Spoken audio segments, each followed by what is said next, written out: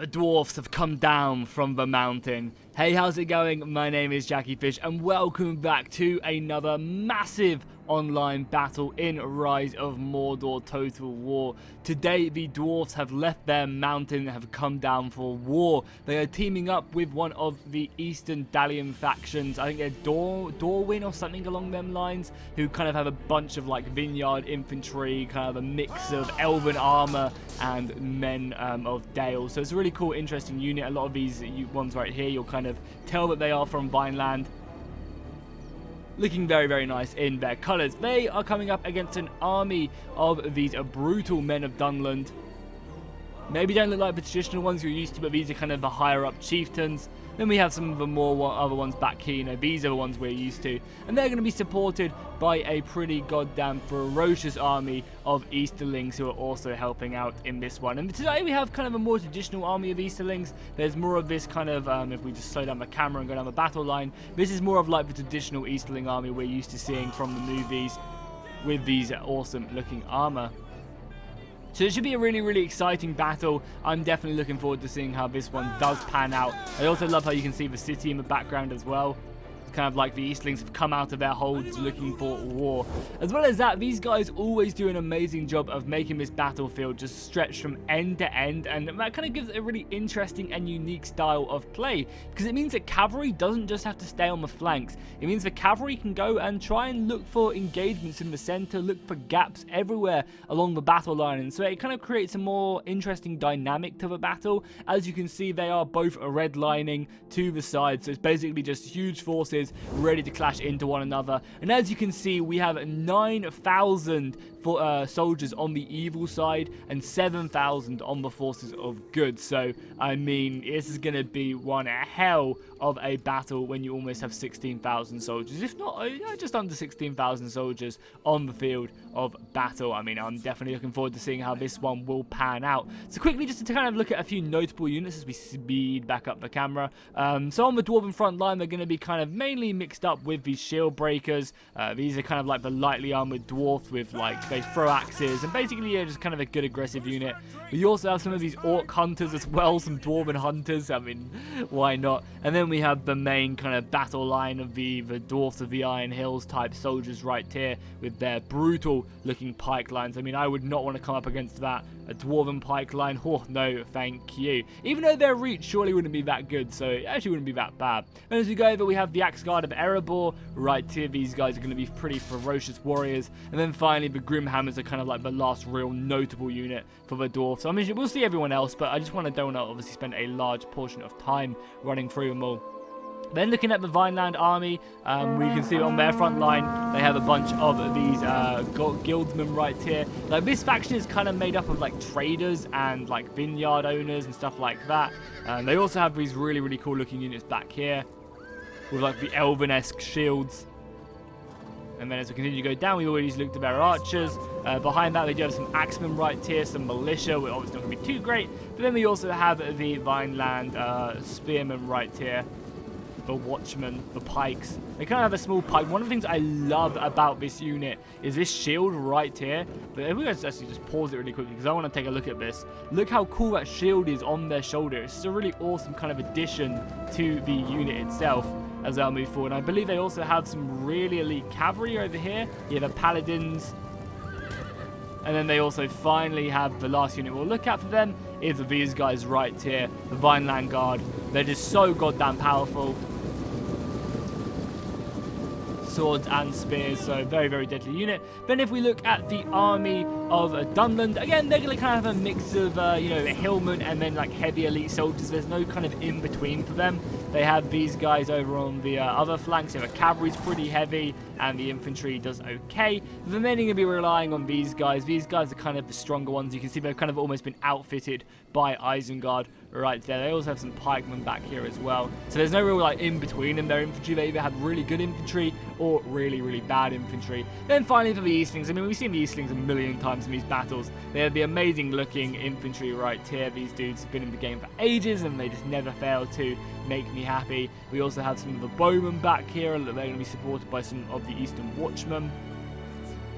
I like to think that these guys came off of boats or something. And then kind of the last real like elite units for these Eastling forces are going to be this cavalry. This cavalry is really good. It performs again and again in like every single battle.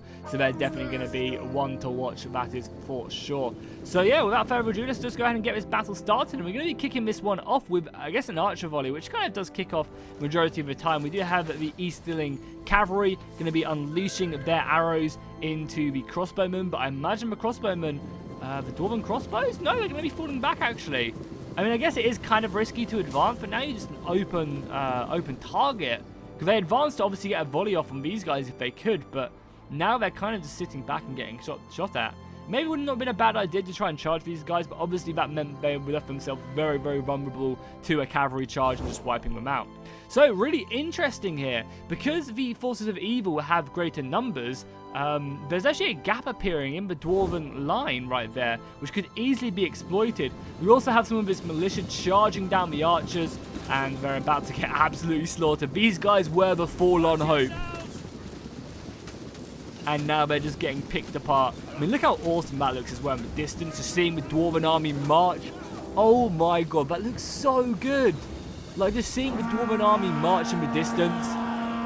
That is fucking epic. I love stuff like that. Stuff like that, it just makes me just, like, really feel about the grand scale of these battles. And just seeing stuff like, you guys know, if you guys remember any of my Warhammer battles, the custom sieges I used to do, like seeing units, like there was a battle at Karak Kadrin, which had a huge bridge, and there was a huge fight up from this like mountain wall, and you could just look down, and it kind of looked like Minas Morgul as these hordes of orcs just poured across the bridge. It was amazing.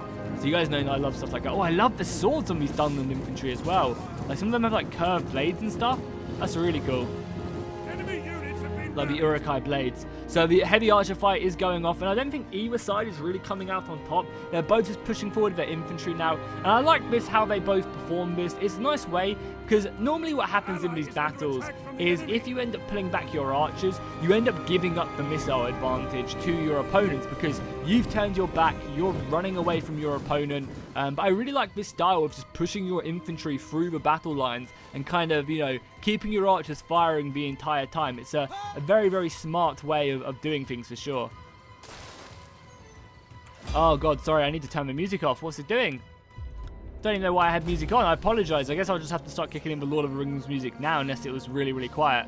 Don't know why the music was on. Obviously, we always like to put the Lord of the Rings soundtrack on both sides. So it does look like these guys are going to be going very, very hard on the left flank. They've got their most elite infantry on this flank, and they're looking just to crash through what looks like the weaker parts of the Dunland line right here. There's not really a lot of very, very good Dunland infantry.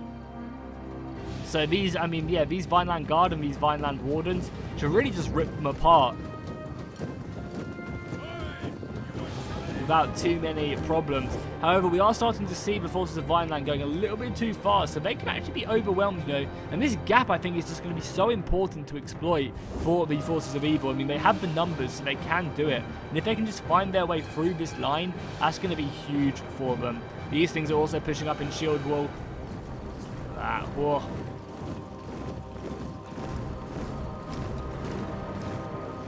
Ready for battle. I mean, that's not a bad battle line. The crossbow fire from the dwarves is now going to be starting to rain down on the forces of evil. We also have a small cavalry engagement by the looks up here, kicking off as the crossbows come up and basically just start hitting these horse archers. But I mean, the horse archers can still fire back as the dwarves volley forward. Doesn't look like too many of them did go down. A few dwarves laying dead on the ground, but nothing too crazy.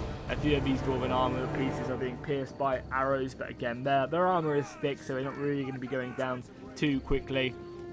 More and more infantry are throwing up. It's not a bad idea to try and push up these crossbows to deal with the archers, but the forces of the Easterlings actually committed 4 units of these archers over onto this left flank, which are going to be supplementing this side along with their infantry here as well. And these guys are really, really good in shield wall as well. They don't go down without a fight. So again, I don't know. It's just, I just see like there's a lot of opportunities for the forces of evil to really break, and you can see they're taking this one right now by throwing up the Vineland Guard into fight, and then they're just going to cut through whatever remains of the Hillmen. Like, the Hillmen just don't stand a chance. They're armored with like fur, a wooden shield, and like a pointy stick. whereas these guys are in full goddamn elven armor. I'd love to see this gap being exploited as well by a unit of cavalry. Yeah, more infantry just coming in. I love how it's like filling in the gap that the triangle formation has caused, the attacking wedge. So more infantry being thrown in here. And I think we're going to have to see, yeah, good move right here by the Dunland army by just basically committing their pikemen over here. The pikemen will have a great little circle to go and fill in here. And they can always throw in their cavalry. One of the things that this mod tends to do is it makes cavalry and heavy cavalry pretty decent in melee combat, which is going to be pretty decent when the forces of Rohan get added to the game. Oh my god, these dwarfs need to get their asses into combat like now. The archers are decimating their ranks. You can see right there, like an entire unit has gone down. The axes get thrown out to try and weaken up the front lines, and now the battle dwarfs do go flying in.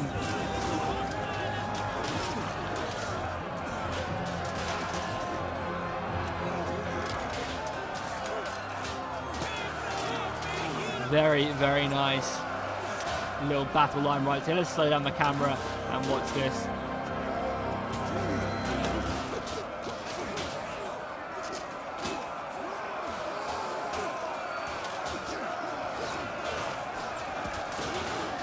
Absolutely awesome as the battle lines. More dwarven battle infantry coming up as well, looking to break this. I mean, now the dwarves are actually in combat as well. That is great news for them. The more they throw soldiers into the fight, the better. That's really what the dwarves have to excel at. And yeah, oh my god, look at that line right there. But here we go. That's exactly what I was saying. We're going to be having cavalry pour through these gaps, looking to take advantage of them. And yeah, look at this huge gap just coming up. They need to be very, very careful. The caravan guard for the dwarves are throwing themselves in to try and silence these eastern marauders from the Eastling army.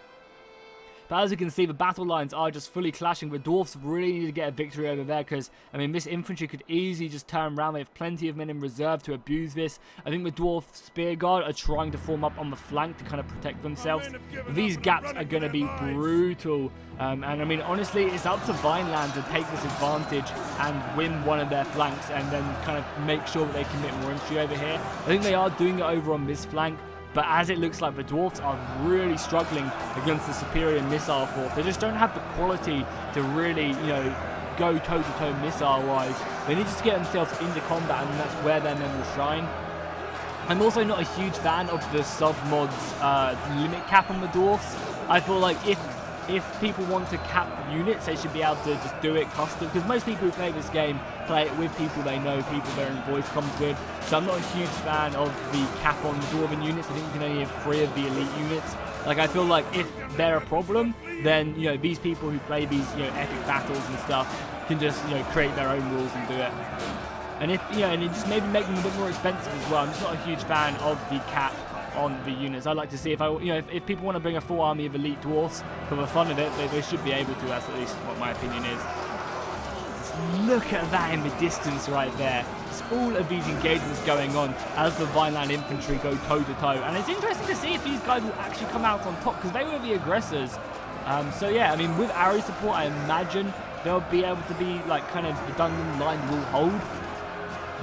But they honestly need a bit more than that line for sure. And we're starting to get the caravan guard having to block away a lot of this infantry. More of the Eastling infantry as well pouring round. Over on this Eastland flank as well, we're getting a kind of thin line of dwarfs charging against the spear guard right there.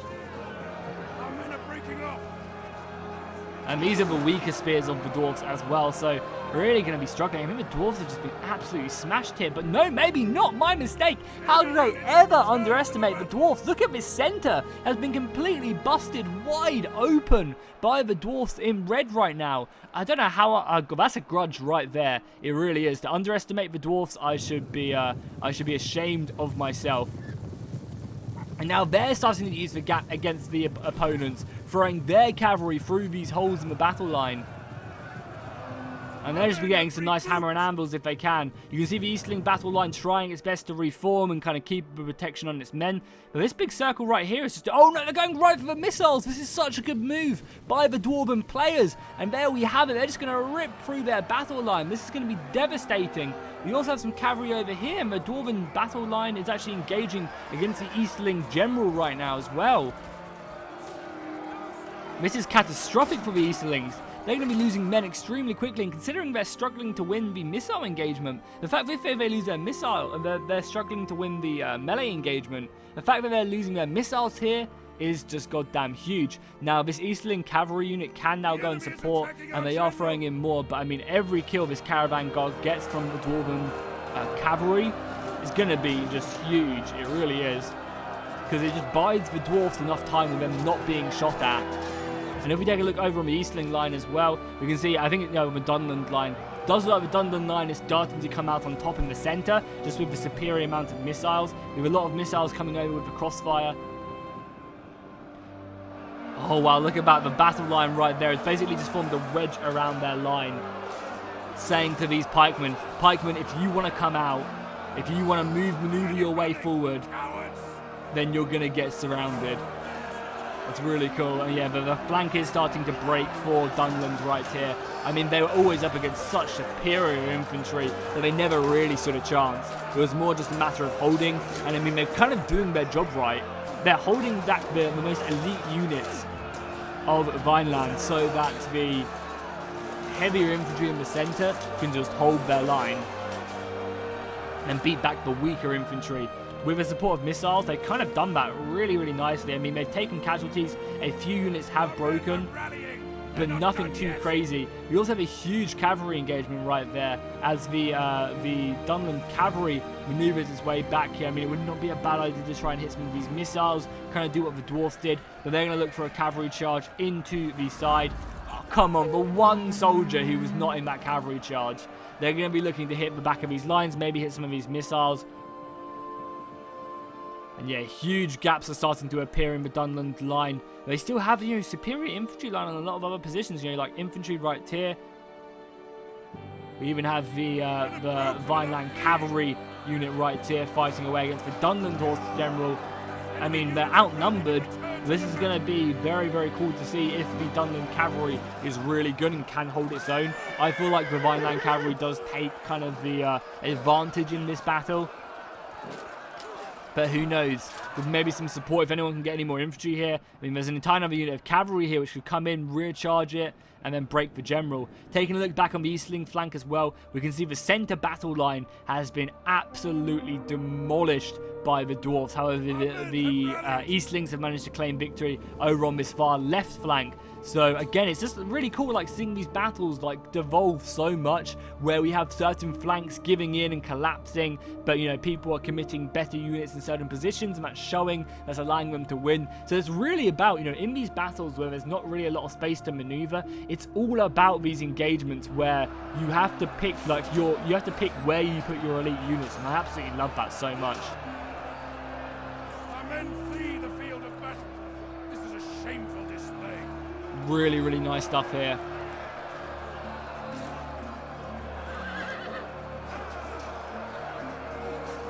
The cavalry fight is raging on. However, HP looking, the generals are looking very, very good.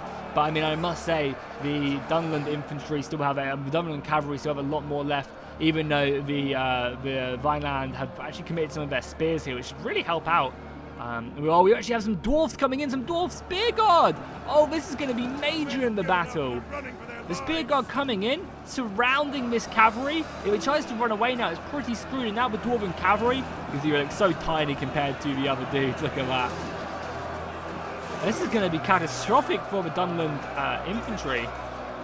But I mean, they also have their own line here as well. These guys just come flying into the back of the Vineland dudes. Yeah, I think that's exactly what they're going to do. They just need to come round.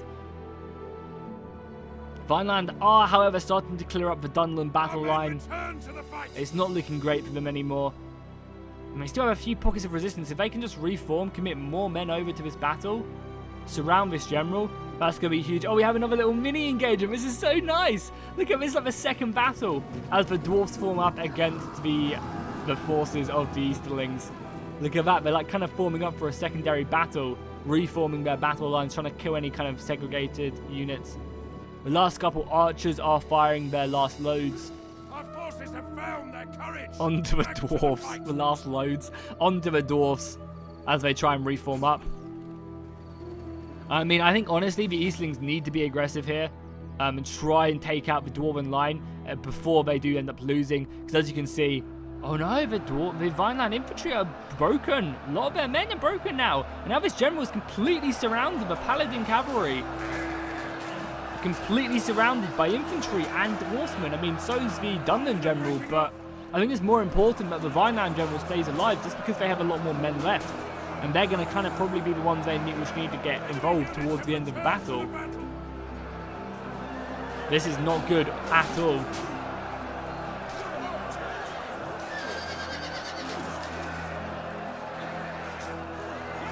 Don't really know how these clubs would pierce this armor, but I guess enough hitting it would be pretty deadly.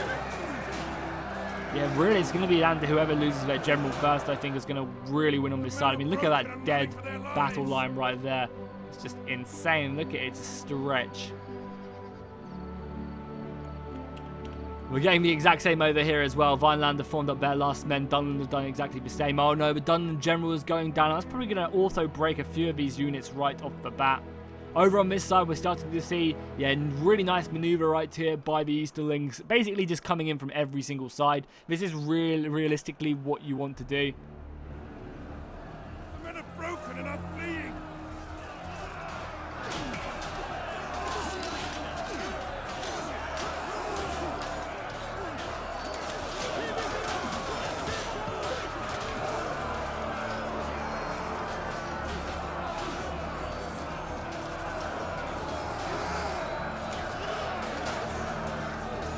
They're also hitting these pikemen as well, trying to take out the general, not a bad idea. So as the kind of battle lines do collapse, I think the Eastlings have a really good advantage here. They just have a lot more full strength units. They have pikes to match the Dwarven pikes.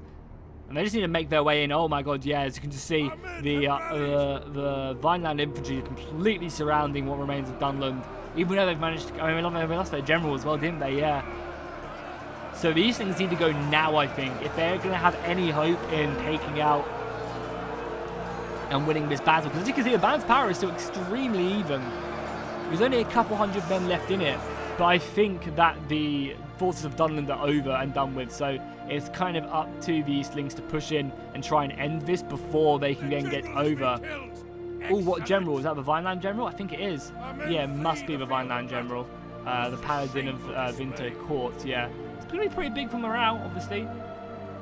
The Dwarves throwing themselves in against the Archers with a nice little battle line going up here. But I mean, surely the Eastlings just have superior men and numbers here. The exhausted Dwarves. But I think there's a lot of Eastlings going down, a few Dwarves losing their heads.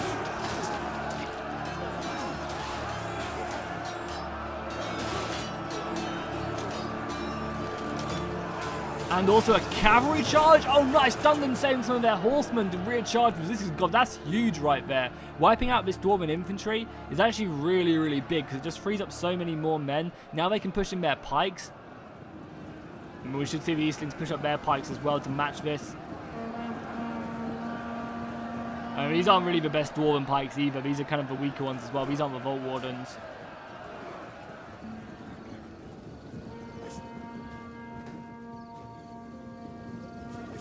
Now you're going to see the pikes of the Eastlings come down as well. Go on, stick them pikes down. Look at that, that's awesome. Like, through the lines. It does look a bit stupid because they've got pikes in their backs, but besides, it does look pretty cool. And obviously we're going to get a cavalry charge here, so pikes charge forward as well. Yeah, pikes coming forward and a cavalry charge as well. Oh, that's going to be catastrophic, especially if they kill the Dwarven general. The Dwarves are, however, winning over on this side with their crossbows up against the archers of the Eastlings, which aren't very good, so that's pretty big. And I mean, the cavalry for the Eastlings is still fully strength, so that's going to be huge. And as we can see, a lot of the Vineland infantry is actually going down with the support of the last Dunland infantry right here. I mean, they still have a couple of their elite infantry left, but really not a lot of numbers. I mean, if they can just bring around their cavalry, I feel like the Eastern cavalry should come back, hit these battle lines. They're doing an amazing job of enveloping these dwarves. An amazing job of enveloping these dwarves. With the axe guard coming in the side as well. Yeah, that's really, really strong right there. I feel like the Forces of Evil might have this one. Like, they really, really might. Considering how much the Eastlings broke in the centre, it's just such a surprise to see this. But I think the cavalry advantage is just going to come and give them such an advantage towards the end of this game. I felt like when they lost that cavalry engagement in the center, and then the Dwarven cavalry smashed the Eastling archers, it was kind of over for them already. But seeing the Dwarves being surrounded, just not having the numbers to deal with this elite flank, I feel like they have enough to beat back Vineland. Oh, Vineland actually have some... They have a couple units of infantry over here, but these guys could actually be useful in a battle that is literally going down to, you know, the hundreds of men. Maybe it could have actually been useful. Oh, we're going to be getting a pretty big cavalry charge going off here against the Dwarven battle line. There's not many of them left, actually. This is the last, like, Dunland cavalry. But all they need to do is break their enemies, and I think that's exactly what they're trying to do. These guys are in -11 morale, so should be routing. In the last battle line of Vineland, finally going up and you know, trying to form up its defensive battle line one last time. And they still do have the cavalry left, which could be useful, but I just feel like because Dunland and the Eastlings have this cavalry advantage, it's going to kind of be just all over, and they're going to be able to, you know, beat back the last couple units of infantry that they have. You know, they're trying to kill the routing units, but I mean, maybe if the cavalry right here and merchants can catch the Dunland horsemen, kill this cavalry quickly, maybe there's a chance. I feel like the Eastlings and Dunland have this pretty close battle. I honestly thought the forces of the good had this. When Dunland was smashed on that left flank, and they kind of also broke in the centre in quite a few places, I honestly thought they had. They, like, you know, the forces of evil just, you know, easily took that win. But we're gonna get the last couple of infantry just charging in now.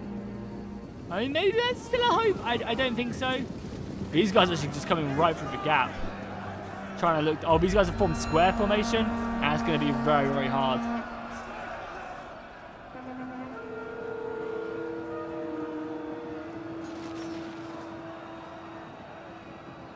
They just need to really just commit everything. Just overwhelm them with numbers. And there's not really much they can do. I mean, they've already broken around that right flank.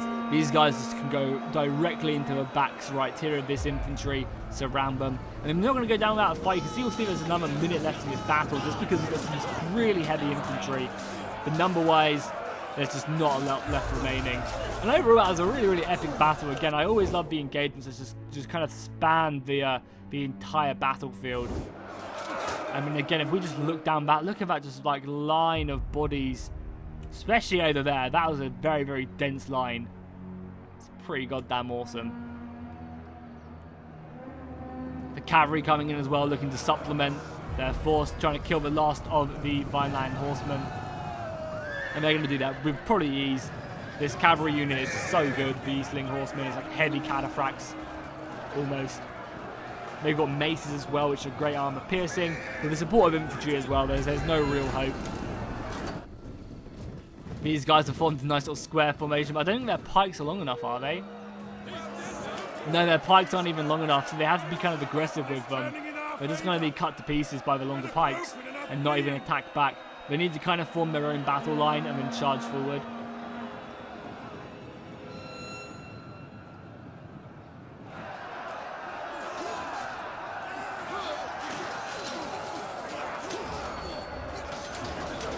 I think one or two more cavalry charges will really just be the end. Yeah, you can see like a mass route's about to begin. Only 24 seconds left in this battle. Cavalry, all the infantry just pouring in now on this last brave unit of Vineland infantry.